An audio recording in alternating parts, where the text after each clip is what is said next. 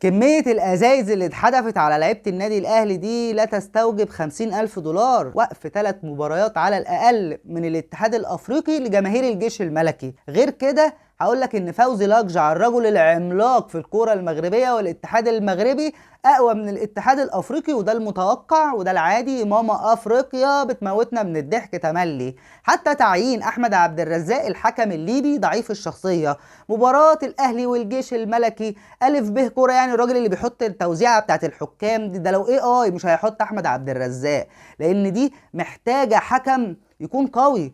دي محتاجة مباراة، يعني محتاجة حكم ذو شخصية قوية وخبرات. مباراة مش سهلة، جاي تحط لي احمد عبد الرزاق على الله حكايته هو والطقم بتاعه، لكن مباراة صعبة جدا. اقتنص منها النادي الاهلي نقطة في مشوار الدوري الافريقي، يصعد ل4 نقاط متساويا مع يانج افريكان، والمباراة الجاية على صدارة المجموعة. والاحداث الجاية كمان هتقول لك مشوار النادي الاهلي هيكون شكله ايه مع ياس روب. لا اطمن، النادي الاهلي يمتلك مدير فني على اعلى مستوى. خلاص لقينا ضلتنا في مدير فني قادر ان هو يقرا احداث المباراه، بيتشكل ويتلون كمان على مجريات الاحداث، وقدر ان هو يغير بالنقله النوعيه محمد بن رمضان بدل اليو ديانج. من اول كوره يعمل بالعرض لتريزيجيه اللي يحرزها هدف، بيفرق ياما تريزيجيه في ارض الملعب، ولكن من كتر الفرق ده بيضيع ياما وفي الاخر بيجيب واحده. فهنقول له ايه؟ تشكر يا كريزيديه. النادي الاهلي محتاج مهاجم. محمد شريف على قده قوي،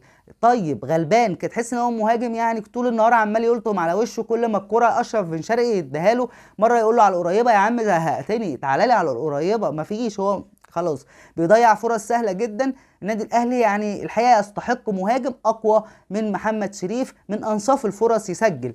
احمد سيد زيزو لعيب كبير قوي، اشرف بن شرقي لعيب كبير قوي. عنوان هذه المباراه من كل اللعيبه في ارض الملعب اللي حطت رجليها لعمل الجاد والاجتهاد، وصلنا ان احنا ناخد نقطه قويه، نقطه مهمه في مشوار الدوري الافريقي. النادي الاهلي تحسن بشكل كبير مع ياس روب، الشوط الاول غير الشوط الثاني، وده يقول لك كمان ان الشوط الثاني شوط المدربين، وقدر ان هو يغير احداث المباراه، وكان بالامكان ما كانش فيه افضل مما كان.